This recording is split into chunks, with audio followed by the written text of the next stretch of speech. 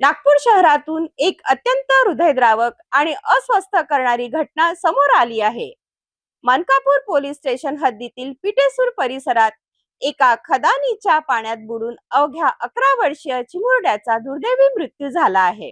नागपूरच्या पेटेसूर परिसरात गुरुवारी दुपारच्या सुमारास एक दुर्दैवी घटना घडली आहे. रुझेन अब्दुल रजाक शेख हा 11 वर्षीय मुलगा इतर मुलांसोबत परिसरात खेळत होता. याच दरम्यान तो जवळील पाण्याने भरलेल्या खदानीच्या दिशेने गेला.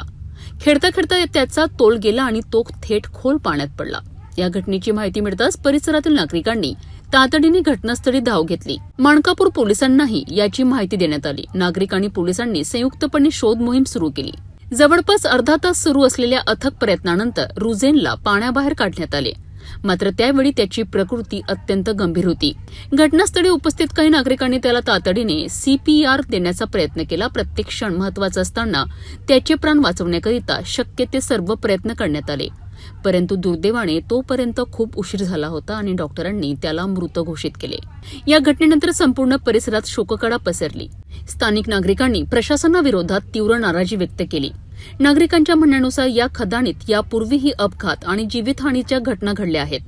अनेक वेळा प्रशासनाकडे खदान सुरक्षित करण्याची किंवा ती बुजवण्याची मागणी करण्यात आली होती. मात्र या मागण्यांकडे दुर्लक्ष झाल्याचा आरोप नागरिकांनी केला आहे.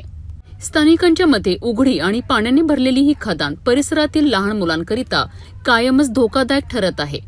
सुरक्षेची कोणतीही प्रभावी व्यवस्था नसल्यामुळे निष्पाप नागरिकांचे जीव धोक्यात येत असल्याची भावना व्यक्त होत आहे. या दुर्दैवी घटनेनंतर प्रशासनाने अशा धोकादायक खदानींबाबत तातडीने उपाययोजना कराव्यात. संबंधित ठिकाणी सुरक्षा व्यवस्था मजबूत करावी आणि भविष्यात अशा घटना टाळण्यासाठी ठोस पावले उचलावीत अशी मागणी आता जोर धरू लागली आहे. पिटेसूर येथील या दुर्दैवी घटनेने अनेक प्रश्न निर्माण केले आहेत.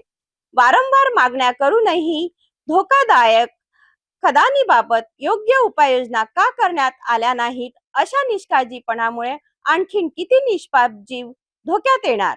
या प्रश्नांची उत्तरे आता प्रशासनाला द्यावी लागणार आहेत.